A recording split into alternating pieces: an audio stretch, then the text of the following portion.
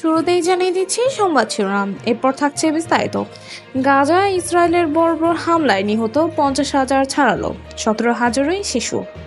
ঈদ যাত্রায় সড়কে 1 কোটির বেশি মানুষ, ভয়াবহ ভোগান্তির শঙ্কা। বিস্তারিত। গাজায় ইসরায়েলের হামলায় নিহতদের সংখ্যা 50,000 ছড়িয়ে গেছে। নিহতদের মধ্যে 17,000ই শিশু।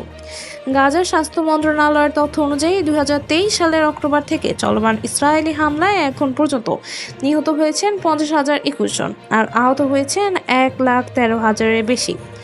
ধ্বংসস্তূপের নিচে আটকা পড়ে নিখোঁজ আরও 11,000 ফিলিস্তিনকে মৃত বলে ধারণা করা হচ্ছে।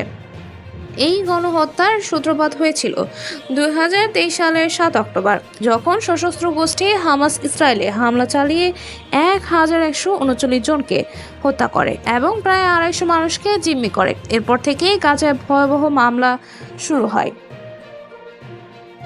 আল জাজিরার সাংবাদিক হানি মাহমুদের মতে, নিহতদের প্রকৃত সংখ্যা আরও বেশি হতে পারে।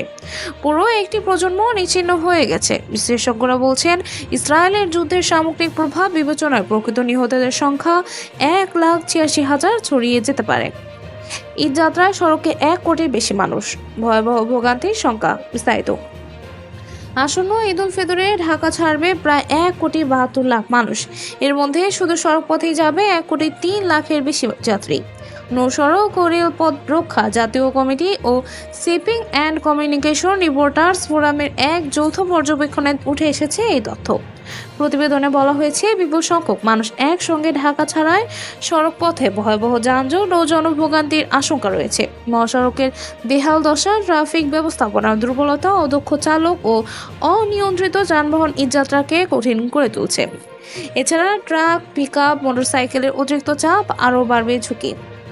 তবে সরকার আগাম নানা ব্যবস্থা নিয়েছে। সিদ্ধান্ত বাস্তবায়ন হলে যানজট ও দুর্ঘটনা কিছুটা কমতে পারে বলে মনে করছে বিশেষজ্ঞরা।